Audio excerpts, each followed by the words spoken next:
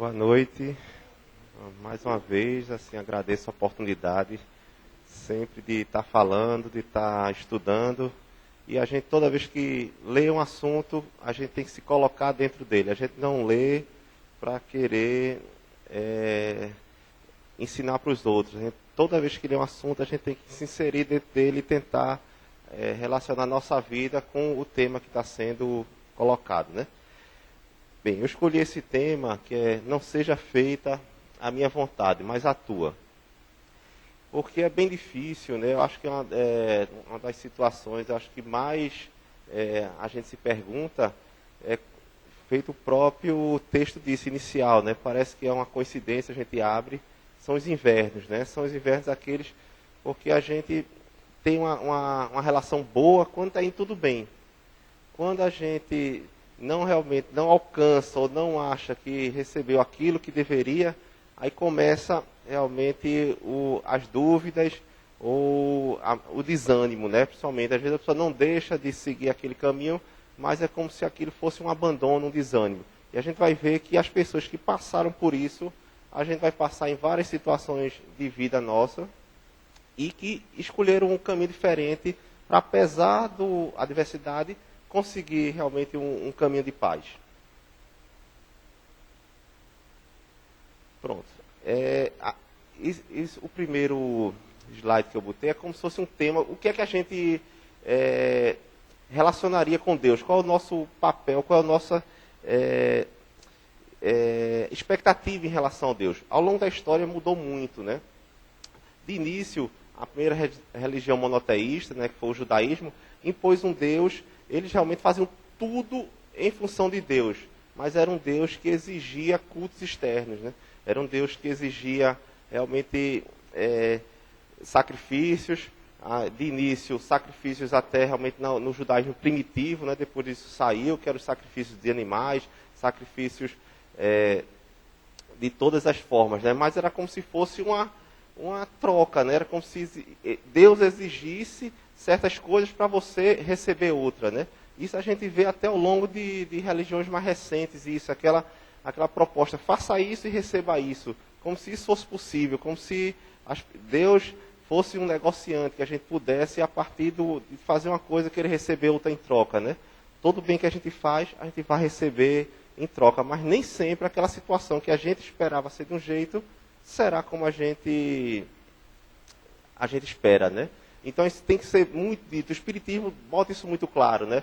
Não tem essa relação de dizer, não, você faz isso, você vai receber isso. E principalmente coisas materiais, mesmo que seja de ordem física, alguma coisa realmente que precise do auxílio de Deus. Mas isso não pode ter esse nível de relação, né? Porque das duas, ou você passa para um nível ou de fanatismo ou um nível de descrença total, né? Como vem crescendo demais a cultura ateísta, né? Que é como se dissesse, é muito simples dizer, né? Se Deus é bom e tem maldade no mundo, é porque Deus não existe, né? Isso é um raciocínio, parece racional, lógico, mas a gente vai encontrar Deus nas dificuldades muito mais do que nas facilidades, né? Aí diz, ao longo da história se fez uma ideia de Deus que ia mudando conforme o grau de entendimento da humanidade, né? Ele já foi visto como Deus punitivo, depois foi chamado de Jesus de Abba, né? Abba, que é o pai, né? Quer dizer, na época que eu estudei no colégio Relita até a 6ª série, uma das palavras que eu nunca esqueci é mãe e pai, né? Abba e Ima. Ima, essa é a cola, né? A mãe, mas não tem nada com Ima da gente, não. Então são os dois, realmente, nomes que a gente não esquece nunca, né? É Abba e Ima. Então, Jesus se referiu ao pai como Abba. Realmente é uma coisa que é íntima, né? Você como se chamasse querido pai é uma coisa não formal, né? Então ele mostrou que a gente tem que ter uma relação dessa de amizade com Deus. Mas isso não quer dizer que depois mudou. É como se a gente tivesse, ou por um tempo, acreditou que Deus ia nos livrar dos problemas que nós mesmos arrumamos. Então é como se a gente precisasse passar por aquela situação e a gente pedisse desesperadamente a Deus que nos livrasse dela. Lógico que qualquer situação de sofrimento, qualquer situação desagradável, a gente sempre vai pedir auxílio a Deus. Mas necessariamente Ele não vai socorrer conforme a gente quer, e vai ser conforme a gente necessita, né? A necessidade, muitas vezes, a gente vai descobrir durante o percurso, né, da situação. Aí com a fé racionada, né, que o Espiritismo, logo se vê que Deus, muito da verdade, ele nos inspira a melhor maneira de fazer isso, né? Onde temos que orar como se tudo dependesse dele, mas lutar como se tudo dependesse de nós. Essa frase a gente sempre tem que estar em mente ao longo da nossa caminhada, né? A gente deve orar com fervor, com fé, como se dependesse dele, mas agir como se dependesse de nós. Não tem como simplesmente ficar. Disse o cristão hoje em dia ganha a salvação, a paz consciencial, não é com calo no joelho, é com calo nas mãos. É trabalhando, partindo para a ação, né? Então, se viu depois que, se as leis dos homens foram criadas para nos proteger da maldade que há no mundo, né? A lei jurídica nos protege da infração que o outro vem fazer com nós, né? As leis de Deus foram criadas para nos proteger das sombras que ainda subsistem em nós. Então, essa realmente é a lei divina, fazer com que a gente transmute aquela sombra, transmute aquilo que a gente tem equivocado ainda. Né?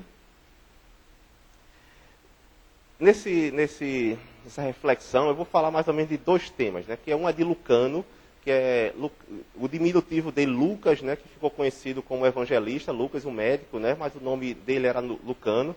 Depois, ao longo, teve uma pessoa que chamou ele de um diminutivo e ficou, e realmente, hoje em dia, todo mundo se reporta a ele como Lucas, né? Mas Lucas é o médico do homem e das almas. Isso é um livro que eu vou citar algumas experiências dele e também experiências de uma pessoa que foi lá que é de Pedro Leopoldo, né? Uma professora de química, que se chama Célia Diniz, e que ela conviveu com Chico desde a infância. O pai dela era espírita, e ela passou por série de adversidades e relata como conseguiu levar elas, né? Bem, Lucano, vamos falar primeiro dele. Ele foi o único evangelista que não era de origem judaica, né? Lucano era grego, né? Então, ele foi criado com a concepção dos gregos de Deus, né? Que eram deuses. Os deuses, né, eram homens, simplesmente homens, agora se tornavam gigantescos e imortais. Agora donos de toda a crueldade, ódio e malícia do homem. Então o Deus grego era um Deus que punia, era um Deus que tinha um poder acima de todo mundo, mas não era esse Deus que foi passado nem primeiro pelo judaísmo. O judaísmo já era um Deus que acolhia, mas é um Deus severo. Mas o Deus grego, então, para você saber, a mudança que teve Lucano, quando foi para ele essa mudança de concepção. Ele aprendeu também, como na Grécia tinha vários deuses, tinha um que eles faziam oferendas a todo mundo. Quando não era satisfeito aquilo que eles estavam pedindo, eles colocaram um chamado Deus desconhecido. Eles disseram, deve existir algum Deus que a gente não fez alguma oferenda a ele, e vamos fazer que pode ser que ele nos atenda. Né? Então começou, ele tinha essa ideia já vaga do Deus desconhecido, aquele Deus que a gente não vê, mas que está presente em nossas vidas. Né? Embora tinha uma ideia um pouco ainda que não era a ideia do Deus do judaísmo e depois do Deus cristão.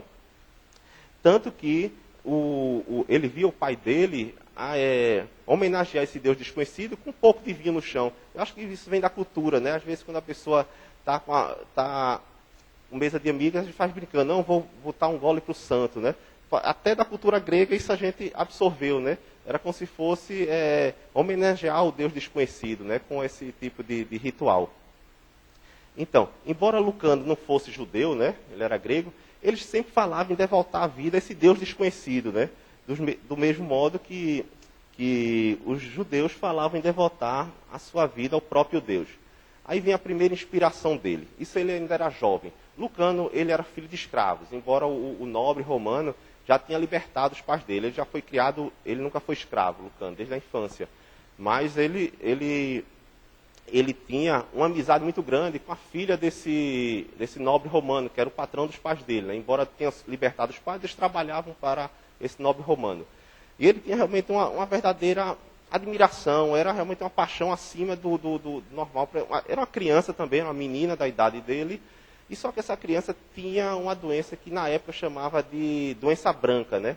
Possivelmente a leucemia, pelo que os relatos que diz o livro, sangrava, tinha sangramento de gengiva, sangramento nas articulações, enfim, era a descrição da leucemia. E o médico da família já vinha preparando o pai dela, que o quadro clínico estava se encaminhando realmente para o falecimento da criança, né? Então ele já vinha isso. Em determinado momento, ela realmente tem uma queda de saúde e começa a ficar muito fraca. Ao que Lucano, ele sai no meio de uma mata lá e chega com ervas, né? Aí quando ele entrega ao médico diz, onde é que foi que você achou isso? Não foi uma erva Eu já venho procurando essas plantas medicinais há muito tempo. Onde foi que você conseguiu isso? Ele fez, não me pergunte isso, faça a mistura e dê a ela. Aí o médico fez, e ao mesmo tempo aquele quadro inicial que estava se caminhando realmente para o óbito, a criança começou a melhorar, que se chamava rúbria, né? Rúbria, tem até esse R. E ela começou a melhorar. Só que, como tudo em doença, às vezes vai e volta.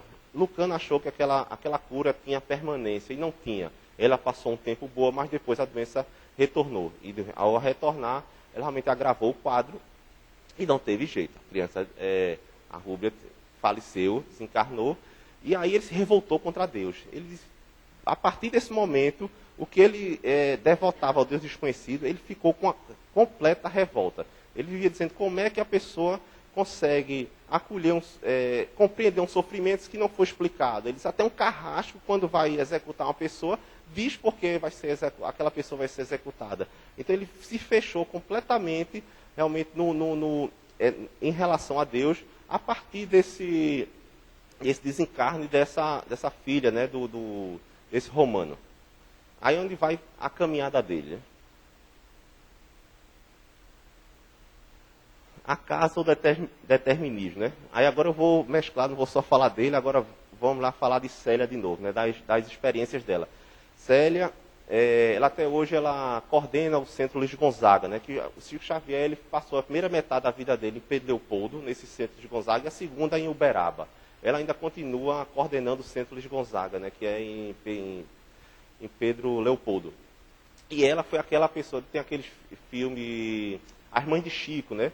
Ela emprestou a história dela naquela criança que vai andando de bicicleta e leva uma queda, e aí tem um hematoma cerebral e desencarna, onde eu vou citar a experiência o contato que ela teve com o Chico dessa experiência.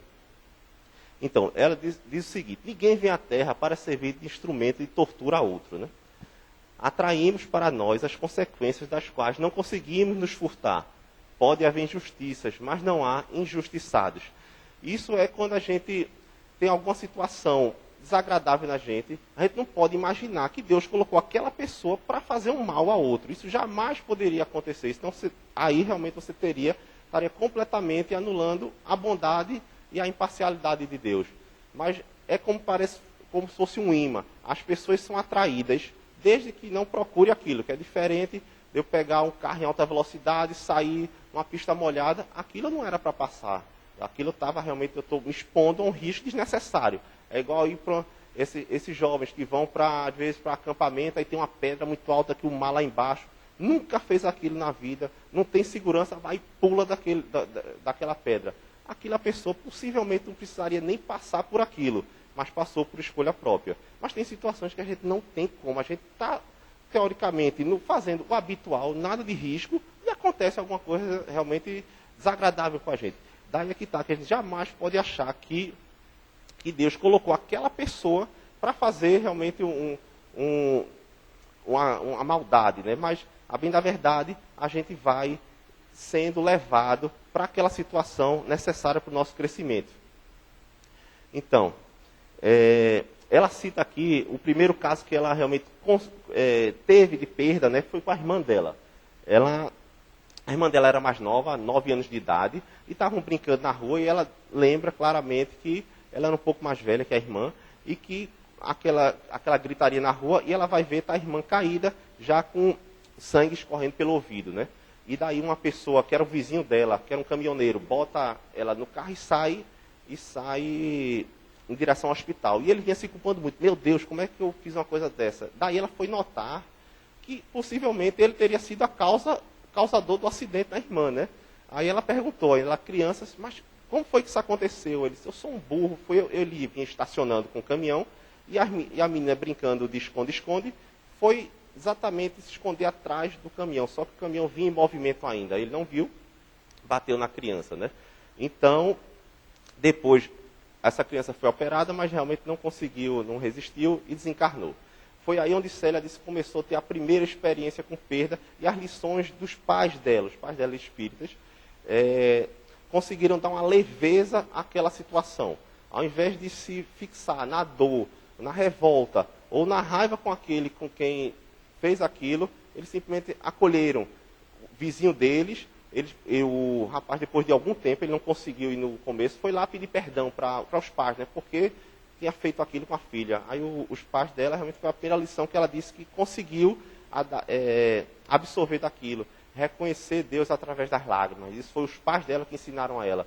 Então, a partir dali, disseram que o pai dela disse para o vizinho, né? O acaso não existe. O acaso não existe. Você um dia saberá, e a gente saberá por que ela teve que sair dessa vida de uma forma agressiva, né? Mas você não é culpado. Você não. Então, se livre dessa culpa e vivamos adiante, né? Então, foi a primeira experiência dela que ela teve com isso. Essa frase aqui do texto do livro de Hermínio de Miranda, né? Realmente não tem como a gente fugir disso, né? É simples de entender, mas ao mesmo tempo reconhecidamente difícil de se pôr em prática. Não podemos afirmar que é fácil. O que asseguramos convictamente é que é possível e necessário. Isso é a vivência do Evangelho. Não tem como você não sair de situações simplesmente por outro caminho. Ao você se reconhecer como aprendiz da vida, você pode não mudar a situação, mas ter um sentimento de resignação. Esse sentimento de resignação vai fazer com que você dê o passo adiante, não se fixe na dor, né? E além disso, o Espiritismo mostra de forma muito clara, né, que nossa prece vai ser uma intuição, vai ser uma força para a gente resolver aquilo que a gente vai ter que fazer. Não necessariamente a gente vai ficar orando, rezando repetidamente, achando que Deus vai resolver aquilo que a gente que precisa fazer. Então, nossas preces não impedem que o curso do rio não impedem o curso do nosso rio de lágrimas, mas aliviam e muito nosso sofrimento, modificando a natureza de nosso pranto, pois renovamos nossa disposição diante do inevitável, né? Então, vamos adiante. Ninguém pode ensinar caminhos que não haja percorrido, né? Disso aí, ninguém sai de uma dor do mesmo tamanho, né? Ao você passar por uma situação difícil, das duas, uma. Ou você vai diminuir, vai se apequenar na dor, na doença, na revolta, ou vai aceitar, se resignar e vai seguir adiante. Então não tem escolha, não tem como não fugir dessas duas opções, né? Então, pedir em nome do Cristo significa pedir com obediência à vontade de Deus. Porque aquela frase que diz, pedis e obtereis, né? Pedis, a gente diz, mas eu não pedi porque eu não tive, né? Mas nem sempre a nossa vontade era a necessidade. Então essa distância vai fazer com que nem sempre que a gente pede, a gente vai ser feito, né? Mas sempre o pedido, sempre a oração forte, com certeza vai nos dar estímulo a superar a dificuldade. Então, por que não se procura entender a razão pela qual Deus permite a dor, né? No lugar de se perguntar, né, por que Deus fez isso comigo, encontraremos a resposta se mudarmos a pergunta. Por que não comigo? Por que não comigo aconteceu de forma diferente? Por que eu tive que passar isso? Então, ao invés de sempre colocar por que Deus fez, por que não aconteceu comigo de outro motivo? Então, o que é que eu tenho que aprender nessa situação que aconteceu, né? Então, será que muitas vezes a gente quer mudar a situação, mas na verdade a situação faz com que quer que a gente se mude. Isso é o que é o grande dilema da gente, a grande dificuldade. A situação está querendo que a gente mude, tem algum potencial latente que a gente não desenvolveu e que aquela situação está pedindo para isso, né? Aí pronto. Muitas vezes a gente vai ser expostos em situações que a gente vai aprender com certeza durante essa vida e nas vidas subsequentes, né? A exposição de Lucano como escravo. O médico dele, que por sinal era até escravo da família mesmo, eles faziam muito isso, pegavam escravos mais inteligentes, bancavam o curso de medicina para eles se tornavam escravos mais médicos da família, né? Lucano foi um caso desse, ele não era mais escravo, mas foi foi pago pelo o patrão dos pais dele que ele fizesse o curso de medicina. Foi aí que ele se tornou médico, né? Mas esse que era médico da família era um escravo. E daí ele foi um dia para um local onde tinha trocas, onde se vendia escravos, onde tinha comércio, né? E Lucano tinha nessa 13 anos mais ou menos, né? Esse cara era um menino bonito e despertou logo o interesse de pessoas por ele, né? Como um escravo branco, um menino de feição diferenciada. Então despertou muito aquilo daquelas pessoas que estavam ali negociando. E ele, de propósito, deixou que uma pessoa chegasse junto dele e o tratasse como tal. Lucano não entendeu aquilo, era até um adolescente. Então, ele foi visto, como se fosse palpado, foi negociado como um escravo. Ele, quando saiu dali, em determinado momento, o médico que estava com ele, ele desfez aquele negócio, a partir de alguma coisa desfez. Mas aí Lucano disse, você me traiu, chorava, soluçava. Como é que você pode ter feito isso comigo? Aí a lição que Lucano recebeu e que depois vai fazer muita diferença na vida dele, ele diz, você já não é mais criança. Você viu, ouviu e sentiu mal.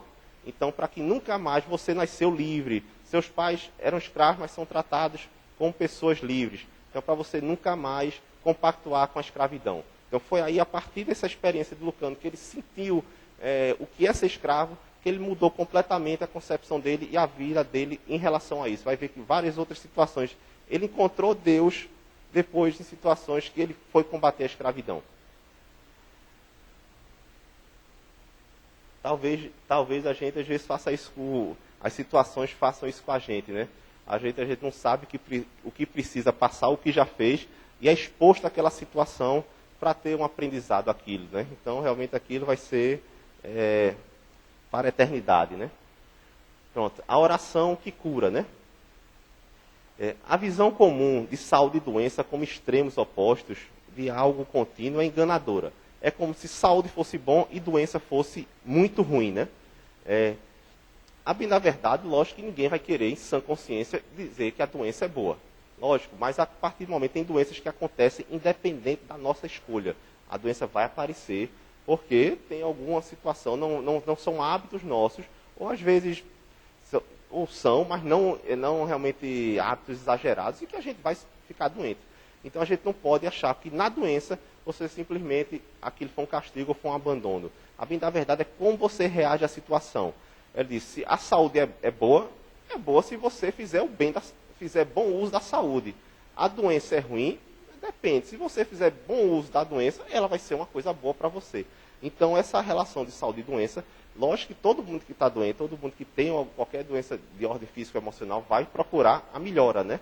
Mas isso não quer dizer que o que é que aquela doença quer lhe mostrar, o que é que uma visão mais ampla, o que é que aquilo está querendo lhe dizer que você ainda precisa aprender com ela, né?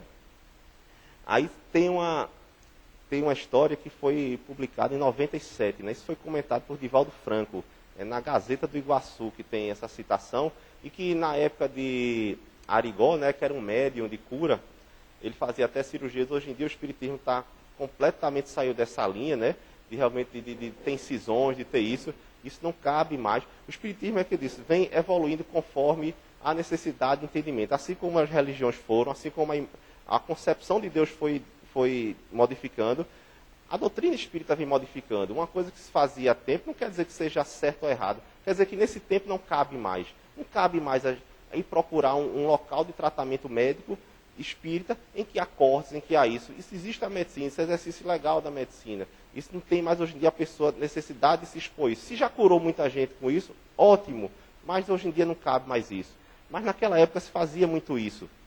Então, Zé Arigó, que era um médium, fez muita cura, muita cura com isso.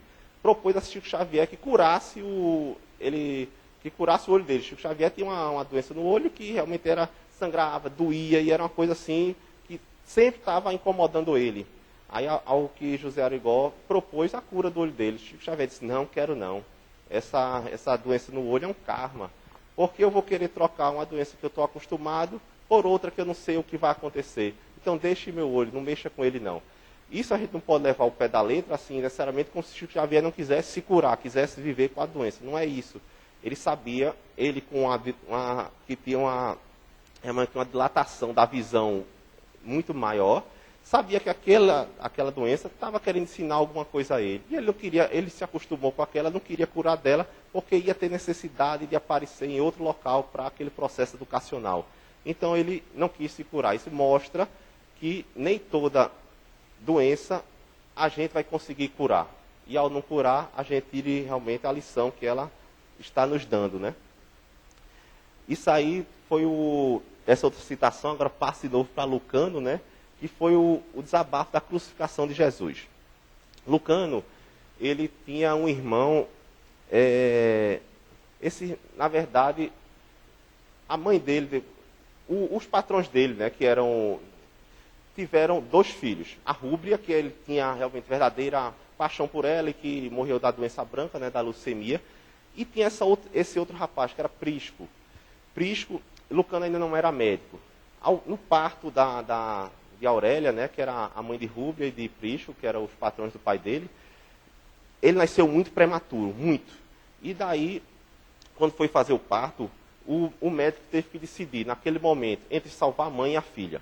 Então não tinha jeito, porque ia ter que fazer uma incisão muito grande no útero, e aquilo ia causar uma hemorragia muito grande naquela situação, e a mãe possivelmente morreria. Ou não faria uma incisão tão grande e tiraria a criança do jeito que podia e possivelmente ela faleceria. Então ele estava com aquela situação naquele momento. Você vê como o Lucano tinha um apego a essa criança, era só para chegar a isso. E daí a mãe disse, não, salve o filho. Não, eu não estou falando isso em relação à medicina atual, porque a medicina atual é a única justificativa de ter algum dano à criança é a vida da mãe. Mas, bem, naquela situação, eles salve a criança. Então, fez uma incisão maior no útero e a mãe morreu realmente de hemorragia. Então, porque ela queria dar esse filho ao marido dela, né, que já tinha perdido a filha. Daí, o menino, apesar de tudo isso, era muito prematuro e nasce desfalecido. O médico se desespera, se ajoelha e se desespera. Diz, eu matei 2 pessoas, matei a mãe e não consegui salvar a criança. Então, estava em completo desespero. Ao que Lucano pega a criança, coloca o dedo na boca dela, segundo o relato do livro, tira um coágulo de sangue, faz massagem lá, e essa criança, de repente, tem um grunhido, parece um passarinho, um choro de um passarinho, tão raquítico que era, e se salva daquela situação, né? Então ele, a partir daquele instinto dele de preservação de vida, que ele não era médico naquela época, ele conseguiu salvar essa criança. Então ele tinha uma afinidade muito grande com Prisco. Ele tinha outros irmãos depois, mas ele gostava muito mais de Prisco do que os outros, né? E daí, Prisco era soldado romano. E ele participou da crucificação de Jesus. Embora ele recebesse ordem, ele necessariamente não era o que comandava quem iria ou não ser crucificado, mas ele participou, embora ele tenha escutado falar brevemente do que era Jesus. Ele realmente não conhecia a grandeza que era Jesus, mas ele conheceu na crucificação. Isso daí desesperou ele. Então o livro relata que ele ali, quando estava no Gólgota, né, que é o local dos crânios, né, onde se fazia os sacrifícios dos criminosos, né, pelos romanos, ele se deparou com Jesus. Se deparou e viu que ali tinha uma pessoa de uma luminosidade a mais do que os outros. Tinha uma grandeza espiritual não comum nas pessoas que estavam sendo ali executadas. E aquilo impressionou muito ele. Então, ele, dentro da situação, ele até desce do cavalo, vai falar com Maria, sem saber se era irmã, se era mãe dele, o que é que era. E aí ela entra em contato com ela. Ela diz que ela estava realmente serena na dor e diz que já sabia que aquilo ia acontecer. Ele não entende como é que uma pessoa pode ser tão resignada com uma brutalidade daquela contra o filho. Daí ele se vira para Jesus e tira uma porção de ópio da sua bolsa, né, do alforje, tinha um ópio, e vai dar para Jesus para aliviar o sofrimento dele. Ao que Jesus, com a cabeça, diz negativamente que não queria, embora agradece a atitude dele, mas diz que não queria. Então ele disse que naquela situação, quando ele se deparou de frente a frente e viu aquela negativa, viu aquela grandeza espiritual, ele queria que um buraco se abrisse e que ali ele desmaiasse, mas ele tinha que participar, ele tinha que fazer aquilo. Ao mesmo tempo, quando ele ainda estava atordoado com com as atitudes de Jesus, ele diz, Pai, perdoa porque eles não sabem o que fazem. Ele escutou isso. Aí aquilo perturbou muito. Ele disse, como é que uma pessoa, no auge da dor, no auge do sofrimento, faz com que tenha compreensão dos outros que estão o agredindo, né? Em grau menor, eu só me lembrei da história do filme da Irmã Dulce. Quem não viu, vale a pena ver. Numa dessas situações, ela pede um dinheiro para os necessitados dela, né? Ela estica a mão, uma pessoa alcoolizada vai e cospe na mão dela, né? Aí ela, com a grandeza espiritual, recolhe a mão e diz, isso é para mim, eu mereço. Agora estende a outra mão. Para os meus necessitados, tem alguma coisa diferente? Aquilo desaba a pessoa, né? A agressividade com a atitude daquela, moral. Então, a partir daí, o irmão de Lucano ficou com alto peso na consciência. Porque esse livro, como é um livro, eu acho mais ou menos de cunho católico, relaciona Jesus com Deus. Eles realmente colocam como se fosse no mesmo patamar, né? E daí ele diz, eu participei da crucificação dele. A partir daí, veio uma culpa tão grande que ele desenvolveu, segundo o relato, um câncer, né? Que ele começou por nódulo no fígado, no estômago, os gânglios aumentados. Ele disse, a partir daí, eu tenho certeza que ele me castigou por isso, por eu ter participado disso. Era o peso, né? Era o que a gente, às vezes, tem na culpa, porque achar que não fez uma coisa que poderia ter mudado o curso de uma situação, se culpar, e é como se fosse uma auto-obsessão. E a gente aqui em Casa Espírita, a gente às vezes entra muito focado na obsessão externa, como se uma influência negativa estivesse fazendo algum mal a gente, né? Embora a gente saiba que tem sempre uma simbiose, mas pior que realmente mais séria do que a obsessão externa é a auto-obsessão. É você se achar que é de menos valia, você se achar que não é merecedor de alguma coisa boa. Então aquilo realmente é uma situação que só vale trazer depressão e doença, né? Então, a partir daí, ele estava com câncer e já desenganado pelos médicos, né? Ao que Lucano vai com ele e ele se arrepende. Ele diz, mas você não se arrependeu do que fez? Me arrependi demais. Ele queria contar a história para poder até morrer e ficar junto dos pais. Ele disse, se eu não desabafar, se eu não ficar com a consciência tranquila, eu não vou me encontrar com meu pai, com minha mãe e meu irmão, que já tinham desencarnado, né? Ao que Lucano diz, mas os homens sempre não traíram? Sempre não fizeram mal a ele? Lucano já vinha há um pouco tempo mudando a concepção, aquela raiva de Deus, que ele relacionava Jesus com Deus, aquela raiva, porque ele sempre fixou naquela história de Rúbia que não conseguiu ser salva, né? Ele diz, eu me arrependi, então você não precisa disso, jamais ele fez isso com você. A partir dessa conversa, ele, segundo relata o livro, ele se curou, né? Então a gente vê isso, alguns casos descritos, não todos, isso não vai acontecer. A pessoa com a doença, assim, às vezes incurável, e a mudança de atitude faz com que a pessoa tenha uma melhora. Não quer dizer que se cure não, que a maioria não vai, diga de passagem, né? A maioria que tem câncer, isso vai evoluir e vai, mas muitos conseguem uma cura. Muitos conseguem. Não, câncer inicial é tratamento médico e vai resolver. O câncer mais avançado, a medicina fica perdida nisso. Vai se tratar, vai sempre procurar uma ajuda, mas nem sempre a proposta é a cura. A proposta vai ser a paliação, né? Então, tem várias pessoas que conseguem fazer uma cura a partir de uma mudança de conduta. E se não tiver a cura física, vai ter a cura que aquela doença foi proposta para a mudança, né?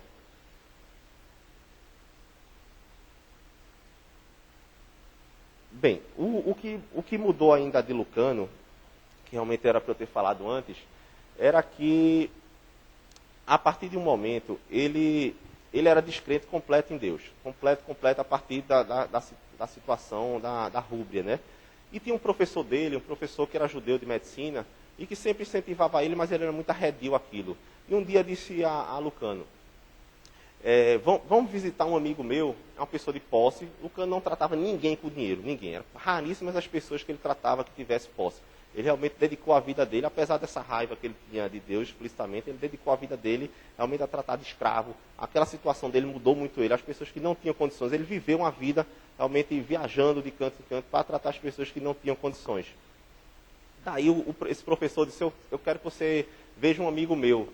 Aí ele já foi, ele disse, pode ser uma doença que me interesse como médico, aquilo vinha me estimular, mas já não gostava de tratar pessoas que tivessem posse financeira, né? Mas mesmo assim foi.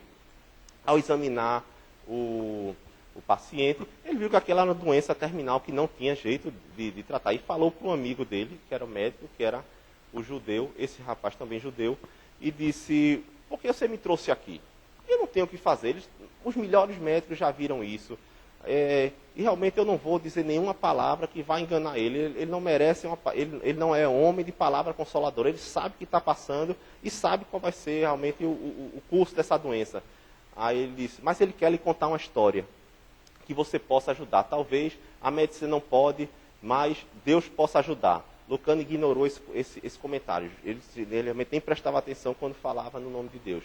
Daí ele relatou a história, né? Relatou, disse que tinha um filho de 2 anos, que a esposa tinha falecido no parto, e que se chamava Ariel. Essa criança, ele estava brincando no jardim, ao que raptaram essa criança aos 2 anos de idade.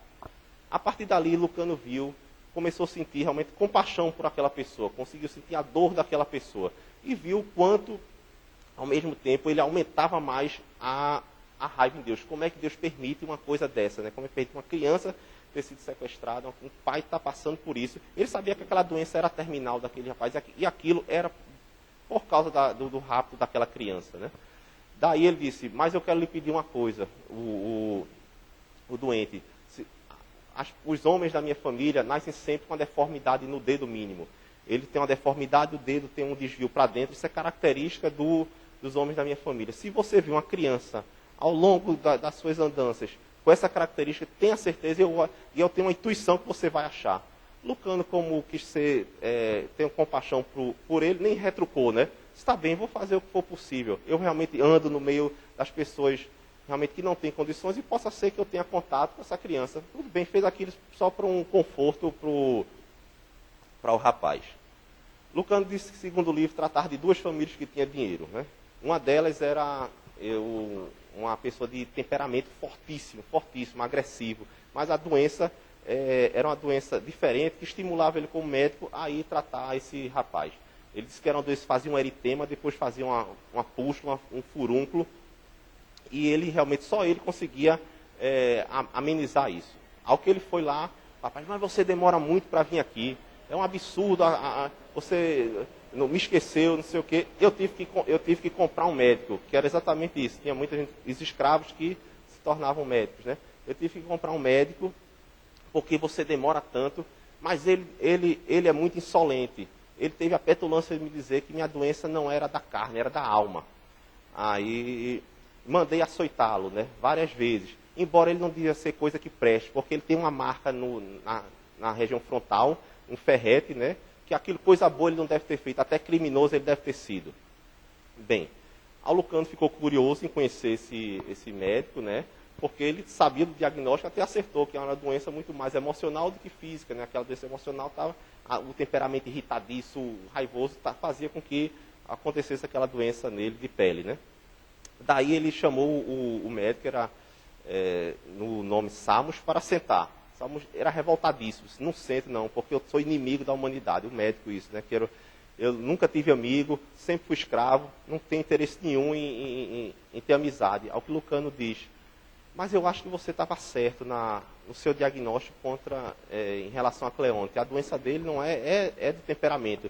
Ao que o médico baixa mais a guarda, tem um contato melhor com o Lucano, ele diz, você queria que eu lhe comprasse? Você queria que realmente eu lhe comprasse? Aí ele não acreditou naquilo, né? Ele disse, eu vou fazer a proposta para seu patrão e vou lhe comprar. Agora, a partir do momento que eu tiver a posse sua, eu vou lhe libertar, porque eu vivo uma vida que você pode ser que não agrade. Veja a grandeza que Lucano já era. Mesmo não sendo afastado de Deus, ele já tinha uma grandeza que só era um mal entendido, né? Uma interpretação diferente daquilo. Então, o Cleonte, que era o patrão, não quis, sabia que Lucano, apesar de não tratar ninguém, era numa família que tinha posse, e daí ele quis botar um preço muito alto, mas Lucano disse, se você não me vender ele, nunca mais eu venho aqui e você vai morrer dessa doença. Daí ele conseguiu vender o Samos, né? Daí, quando ele vendeu, a primeira coisa que Lucano fez, disse, vamos tirar essa sua cicatriz da região frontal, um ferrete, um queloide muito feio. Aí ele deu uma porção de ópio e na mesma hora tirou esse queloide. Depois de feito a cirurgia, ele disse, vamos tomar um copo de vinho para relaxar. Foi aí que, quando ele esticou a mão para segurar o copo de vinho, o Lucano disse que gaguejou, ficou realmente pálido. era a criança, o dedo, aquele dedo torto, era o filho daquele paciente que ele tinha ido ver. A partir dali ele disse, Deus é bom, como Deus fez isso comigo, precisou tirar para depois dar. Às vezes cega para a gente aumentar a nossa visão. Então a partir dali ele reconheceu, depois de 20 anos, ele teve encontro com esse rapaz, e por uma atitude dele, a atitude não caiu do céu, a atitude foi dele de libertar ele, a partir do momento da libertação, ele conseguiu reconhecer isso. Então mostrar que os caminhos, às vezes, não são imediatos, né? Demoram muito, mas sempre há algum crescimento para a gente, se seguindo bem, né? Deixa eu ver aqui, pronto. Aí quem não trabalha, dá trabalho, né? Esse livro, que é o Gigante Deitado, né? Que é Jerônimo, né? Ele é de Minas Gerais, né? É de Ituiutaba, né? Ele tem vários serviços prestados ao Espiritismo, já é desencarnado Jerônimo. Uma vez no Evangelho fui citar ele, aí eu falei, Jerônimo é o herói do sertão, né? Todo mundo caiu na risada. Quebrei o clima que eu ia falar de uma pessoa de uma grandeza dessa, né? Jerônimo, ele, na citação do livro, diz que a autora diz que muita gente há de levar séculos e séculos até criar condições de poder sofrer com proveito, né? Isso foi o caso de Jerônimo. Ele dizia, né, que agradecer ao Espiritismo, a fé racional, o fato dele nos ter permitido não julgarmos uma pessoa inválida, né? Jerônimo ele teve uma artrite reumatoide aos 17 anos, era uma pessoa normal, e teve uma artrite reumatoide, naquela época não tinha algum tratamento eficaz, e a doença evoluiu de modo muito agressivo. Ele ficou paraplégico, depois de um tempo a doença foi avançando, ele ficou tetraplégico, depois até a maurose teve, ficou até com cegueira, né? Mas dentro desse caminho, ele foi procurar José Arigó, né? Que na época era o médico de cura que tinha para essas situações que a medicina não tinha mais solução, né?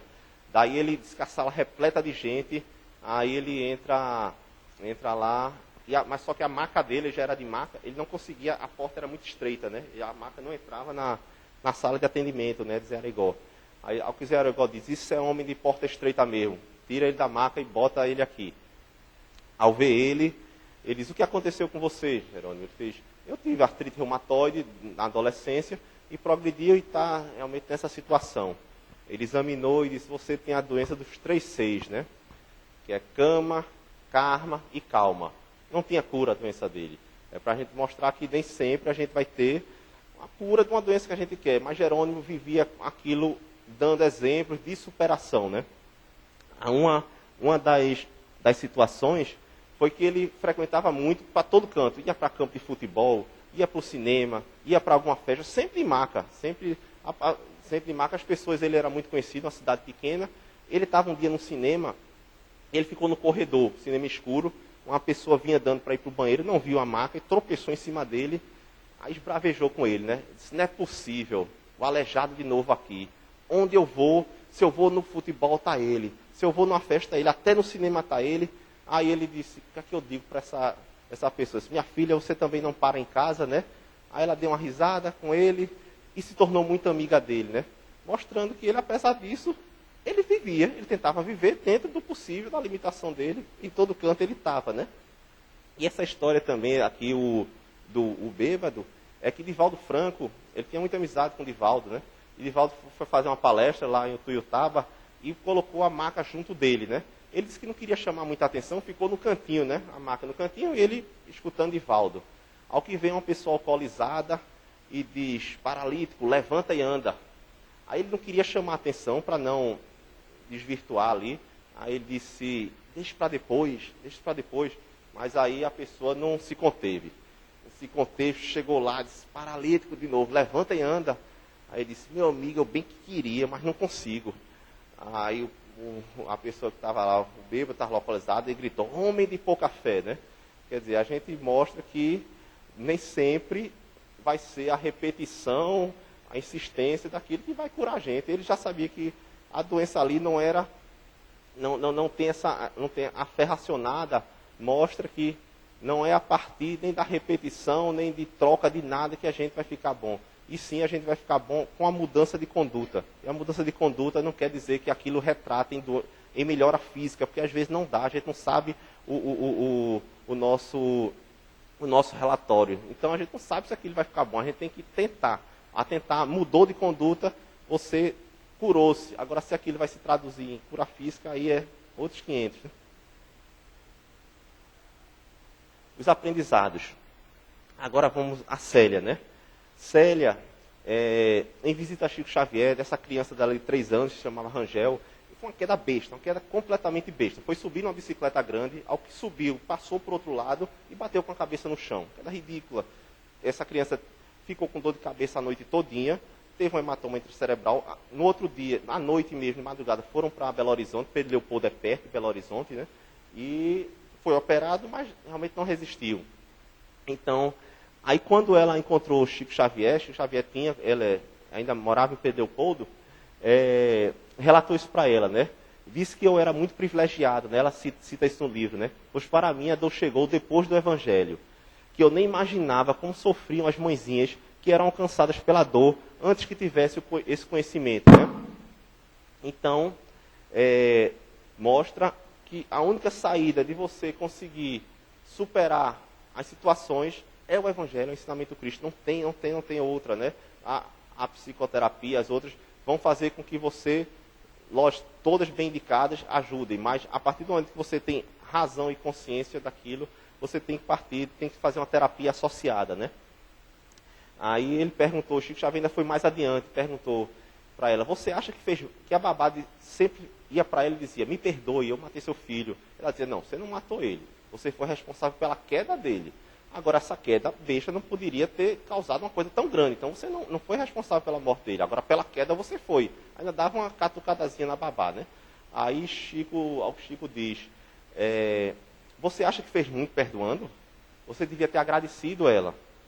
Então, esse ensinamento que, para uns, parece até uma coisa mais dura, de como é que vai agradecer uma pessoa que foi responsável, entre aspas, pela situação do desencarne do filho. Daí ele relata. No livro vem dizendo que você já pensou se caísse dos seus braços, ou do Aguinaldo, que era o marido dela, vocês iam se perdoar por isso? Agradeça a ela que foi através dela que Rangel desencarnou. E depois, ao longo do livro, vai citando que o pai dela, que já era desencarnado, Chico relata isso, que ficava preocupadíssimo em casa. De vez em quando ia visitar a casa dela, e os meninos, os filhos dela, ela tem 3 filhos, ficavam pulando do sofá para o chão, né? Botavam os sofás no chão e ficavam pulando sofá. E ele disse que ficava preocupadíssimo para que num pulo desse, Rangel não batesse com a cabeça e desencarnasse ali. Com culpa ela ficaria, né? Então, mostrar que, em alguns casos, nos vai ser elucidado o porquê daquilo. A grande maioria a gente não vai saber por que foi, mas sabe que não foi o acaso, né? Agora diz, mas não ficou só isso. Ela diz que achou que tinha aprendido tudo com a perda de um filho. Mas ela disse que estava ligeiramente enganada, porque ela tinha uma filha, Mariana, na idade de 27 anos, que trabalhava numa empresa de lentes de contato, né? E ela trabalhava em Pedro Leopoldo, e foi transferida para o Rio de Janeiro. Isso fazia 2 meses que tinha sido essa transferência, né? Ao que ela toda semana, esses 2 meses, toda semana ela voltava para casa, toda semana. Pegava o avião, e até de avião para não demorar muito esse percurso. Ao que um final de semana ela disse que não estava com condições de voltar. Estava com dor no corpo, com febre, com diarreia. Procurou o médico lá no Rio de Janeiro, foi diagnosticado uma virose e disse repouso e sintomático, né? Mas aí deu a intuição de Célia ir para lá. Disse, não, eu vou para lá. Aí foi. Foi lá, chegou no final de semana, passou aí uns 2 dias no Rio. Aí a médica liberou para o tratamento ser completado em Pedro Leopoldo, né? Quarta-feira já estavam em Pedro Leopoldo. Mas quarta-feira ela se interna em Pedro Leopoldo, tem uma piora do quadro clínico, vai para Belo Horizonte, né? Aí ela diz, já estou eu de novo pela 2ª vez na porta de uma UTI. E antes de ser entubada, né, porque o quadro agravou-se muito rápido, a menina dizia, por que eu estou aqui, mãe? Então, quer dizer, o quadro vinha se agravando aos poucos, não era nada que passou batido, né? Por que eu estou por aqui? Mas, não, porque você precisa de um cuidado maior. Isso na quarta-feira. Na quinta, a menina desencarnou. Diagnóstico de dengue hemorrágica, né? Daí onde ela, quando perdeu o primeiro filho, Rangel, Chico Xavier disse a ela que Rangel viria, e Chico Xavier fazia pouquíssimas premonições, né? e dizia que Rangel viria a ser neto dela. Voltaria para... Não disse de quem, né? Ela tinha... No caso, o Rangel tinha falecido, tinha a Mariana, que era a filha do meio, e um filho mais velho. Mas ela não contou para ninguém. Ao quando chega de viagem, a menina pequena, essa Mariana pequena, diz: mãe, eu vou casar porque eu quero engravidar e Rangel vai nascer da minha barriga. Ela sem ter contado nada a ninguém. Então aquilo para ela casava, né? Chico Xavier tinha dito que a criança ia nascer, ia ser neto dela. E a menina, que no caso era pequena, tinha 5 anos, disse que o filho ia nascer através dela e ela não tinha contado a ninguém. Ela disse: pronto, casou certinho, né? Só que na porta da UTI ela dizia, ainda a todo momento ela tinha aquela esperança que o quadro ia se reverter, né? Tanto que ela disse que nunca mais comentou isso com ninguém, porque não queria que, se isso viesse a ocorrer, Mariana, que era a filha, ficasse em dúvida se o filho era dela, de Célia ou de Mariana. Então ela disse que nunca comentou com ninguém mais essa história, né? Mas ela tinha aquela história. Isso, em algum momento, ela vai ficar curada. Porque Chico disse que a criança ia nascer, ia voltar pelo ser meu neto, né? Só que ela disse que a perda aí foi dupla, porque naquela sensação ela perdeu 2 filhos, a Mariana e ao mesmo tempo Rangel, que ela achou que viria. Ela disse: o que foi que se modificou, né? Onde foi a modificação? Então mostra que nem sempre... Olha que o Xavier, com uma grandeza espiritual indiscutível, disse uma coisa que necessariamente não se cumpriu conforme a pessoa achava que era. Imagine por aí A, B ou C dizendo que isso vai acontecer, que isso não vai, e realmente a gente não perder tempo com esse tipo de coisa, né? É desviar a gente da nossa função principal. Os aprendizados, né? Deixa eu... Não, isso não. Outra coisa. Tributo ao tempo, né? Quando Mariana desencarnou, o irmão dela, que tem um irmão mais velho, disse que ela pouco gostava de poesia, mas essa ela sempre gostava quando citavam nas festas, né? Tributo ao tempo. Dizem que a vida é curta, mas não é verdade. A vida é longa para quem consegue viver pequenas felicidades.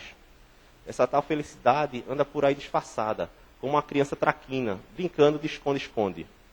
Infelizmente, às vezes não percebemos isso e passamos nossa existência colecionando nãos. A viagem que não fizemos, o presente que não demos, a festa que não fomos. E como ela é feita de instantes, ela não pode nem deve ser medida em anos ou meses, mas em minutos e segundos.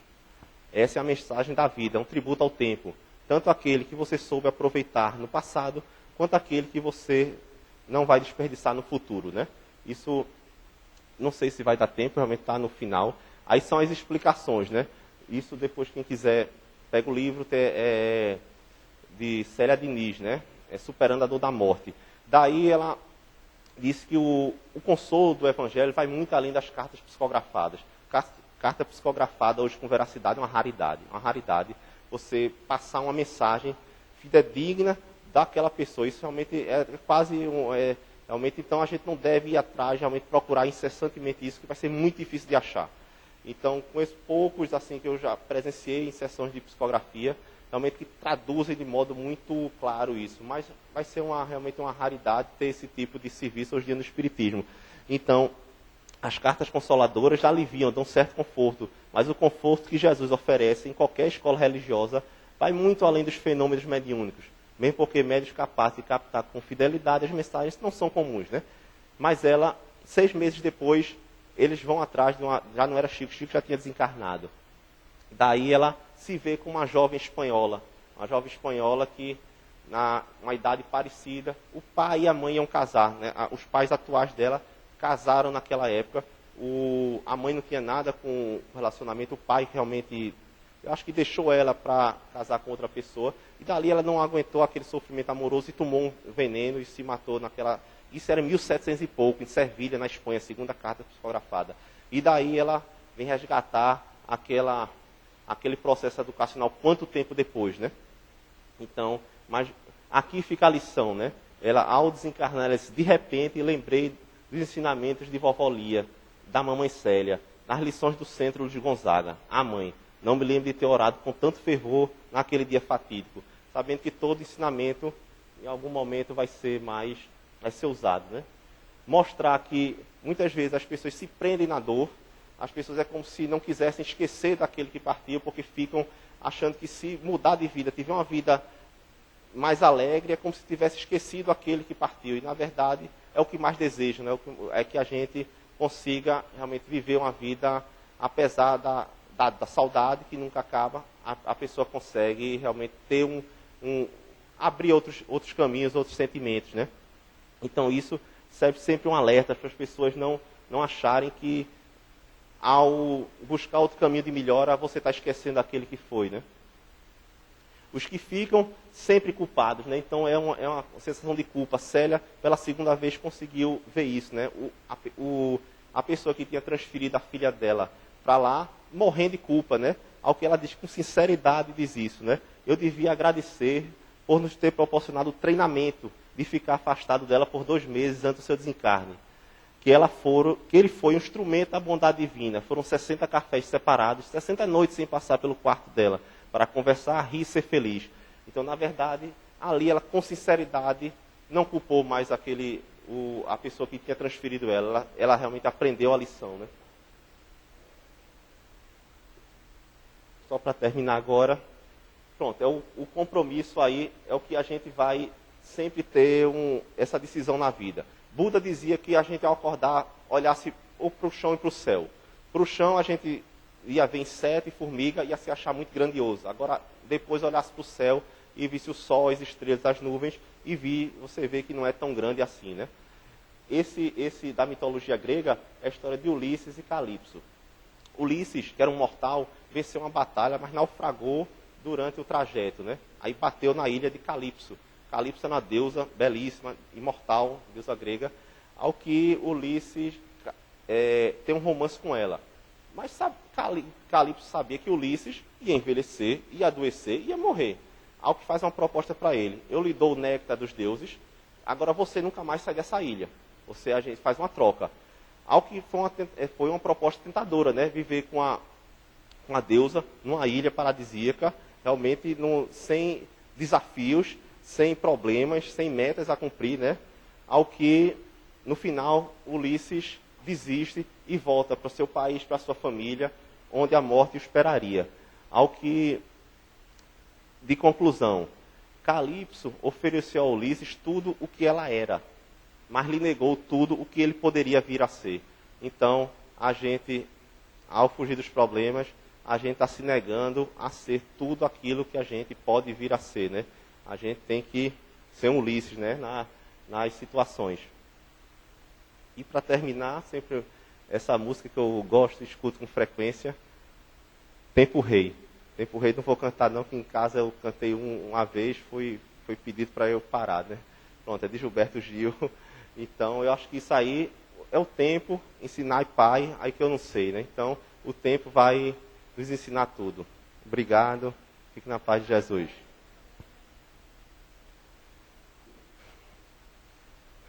Mestre Jesus, espiritualidade amiga do Cáritas, agradecemos mais uma vez os seus ensinamentos, a sua proteção e o seu estímulo, para que, ao sairmos daqui, saímos mais fortes, mais confiantes, com ânimo.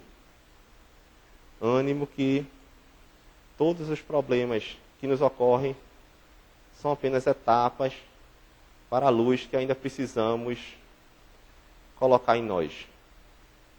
Que nós nunca desistamos, persistamos e que Deus está sempre conosco. Que assim seja.